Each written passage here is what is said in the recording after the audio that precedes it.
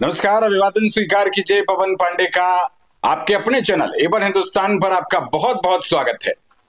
तो राजनीतिक पारा हाई है। इस वक्त हम मौजूद हैं राष्ट्रीय राजधानी दिल्ली में और यहाँ पर इस वक्त चुनावी माहौल हो चुका है, क्योंकि अब अरविंद केजरीवाल ने चुनावी बुगुल फूंक दिया है। भारतीय जनता पार्टी से सीधी टक्कर है। फिलहाल आज की डेट में कांग्रेस पार्टी अभी तक चुनावी खेल में नजर नहीं आ रही है। क्या तैयारियां हैं दोनों ही पार्टियों की?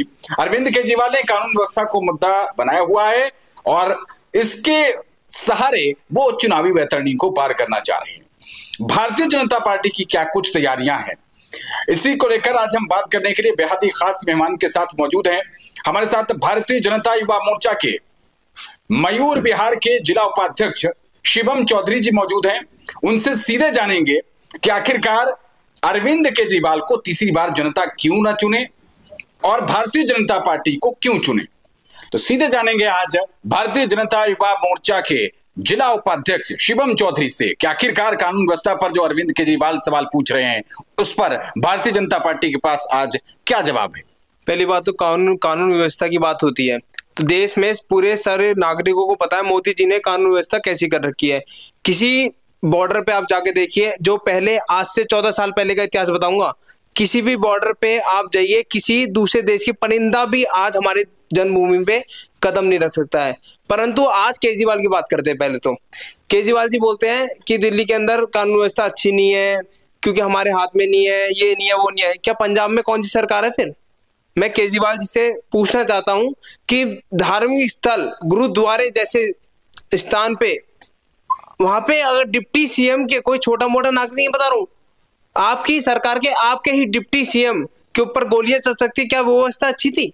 तो अगर डिप्टी सीएम के ऊपर ऐसी गोलियां चल रही है, ये सीधा सीधा मेरा केजरीवाल जी से क्वेश्चन करना चाहता हूं एक, कि अगर आप पहले अपने पंजाब में सुधारिए, दिल्ली में तो अच्छी है ही क्योंकि केंद्र शासित है। अगर आपके हाथ में अगर ये भी होती तो दिल्ली का जनता आज जो जैसा गटर जैसा पानी पी रहा है, गटरों जैसी गलियों में रह रहा है, आप बोलते थे एमसीडी में आएंगे तो सुधार करेंगे। अब दिल्ली की सरकार, आम आदमी पार्टी एमसीडी के अंदर भी है, सरकार में भी है, उसके बावजूद आप गलियों की हालत देखिए, जिस प्रकार इतना गंदी नालियों की हालत, मतलब लोग सोचते हैं कि अपने घर के बाहर निकले, और जिस कूड़े की, मतलब जो साफ सफाई का मुद्दा, आप साफ सफाई का मुद्दा उठा रहे हैं, लेकिन इस बीच एक चीज और कही है अरविंद केजरीवाल की तरफ से, जो कहा जा रहा है कि अगर भारतीय जनता पार्टी गलती से भी जीत कर आ गई तो वो कह रहे हैं मतदाताओं से कि यहाँ पर जो फ्री बिजली की व्यवस्था है वो भारतीय जनता पार्टी यानी कि आपकी पार्टी उसको बंद कर देगी। मैं पहली बात तो बताना चाहता हूँ, कोई फ्री बिजली दे ही नहीं रही है। आप उन लोगों से पूछ के आइए जिनके घर पे मीटर के चौड़े चौड़े बिल आ रहे हैं। मेरी कल ही बहुत लोगों से बात हुई, बोलते हैं नाम के लिए बिजली है, पर मैं आप झुग्गी बस्तियों की बात करते हो, झुग्गी बस्तियों में भारतीय जनता पार्टी ने कल या परसों नहीं, पिछले 3 महीने से झुग्गी बस्ती में अभियान चला रखा है कि वहां पे जाके रुक रहे हैं और वहां के लोगों से पूछ रहे हैं कि उनके बिजली के बिल कैसे आ रहे हैं। वो बोलते हैं बिजली के बिल तो पूछो मत, बिजली नहीं आती, और जहाँ पे बिजली आती है वहां पे तो नाम के लिए फ्री बिजली है, डबल चौकर पर पता नहीं कितना बिल आ रहा है। चलिए, मानते हैं कि आपकी पार्टी को 2025 में सत्ता मिल रही है, क्या आप बता पाएंगे कि आपकी पार्टी का मुख्यमंत्री कौन होगा? हमारी पार्टी पहली बात तो विचारधारा पे काम करती है। कोई हमारी पार्टी में हर एक कार्यकर्ता मुख्यमंत्री फेस है, हम किसी को बता नहीं चाहते क्योंकि हर एक कार्यकर्ता अपने आप में भारतीय जनता पार्टी का मुख्यमंत्री क्या प्रधानमंत्री फेस है, जो दिल्ली को चलाना जानता है। और माननीय नरेंद्र मोदी जी और जेपी नड्डा जी, हमारे अध्यक्ष जी, वो बखूबी इस चीज पे टिप्पणी होगी और एक ऐसा सीएम हमारे पास आएगा जो लोगों के दुख सुख में साथ खड़ा हो, कोई झूठे वादे ना करे इनकी तरह कि इनकी पार्टी का नाम ही झूठा है। ठीक है, भारतीय जनता पार्टी का ये एक चुनावी समर चल रहा है और एक एक व्यक्ति की कहा जाए कि आहुति बहुत महत्वपूर्ण होती है। इस भारतीय जनता पार्टी के इस संघर्ष में जो कि दिल्ली में उसको करना पड़ रहा है, इसमें शिवम चौधरी की क्या भूमिका रहने वाली है? मेरी तो पहली बात ये है, ये आम आदमी पार्टी जो मुद्दा उठाती है युवाओं के लिए, मैं सीधे केजरीवाल जी से पूछना चाहूंगा कि आपकी पार्टी ने ऐसा युवाओं के लिए करा क्या है? दिल्ली के अंदर मेन भूमिका में होती है दिल्ली विश्वविद्यालय छात्र संघ का चुनाव होता है। 2015 में आम आदमी पार्टी की विंग लड़ी चुनाव, वहां से प्रचंड हार, ऐसी प्रचंड हार नहीं, जमानत जब्त हुई थी। उसके बाद आप में इतना दम नहीं था, आप 2016 में वहां से चुनाव लड़ पाए। आपने तभी देख लिया था युवा हमारा साथ नहीं दे रहे हैं।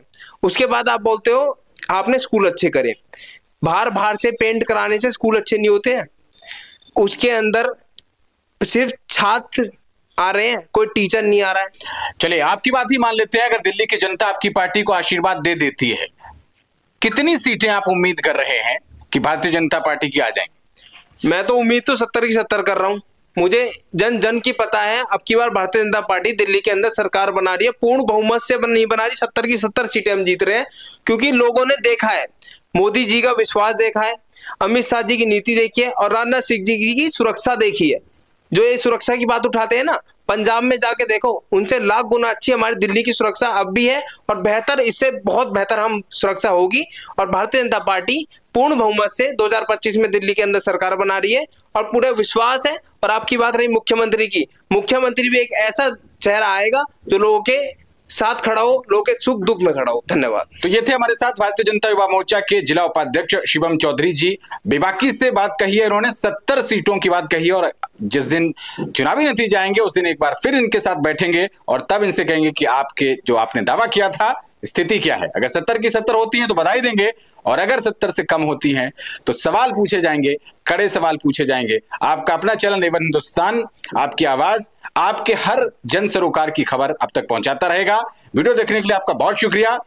बाकी आप अपना बहुत ख्याल रखिए। अगली वीडियो में आपसे फिर मुलाकात होगी, तब तक के लिए नमस्कार।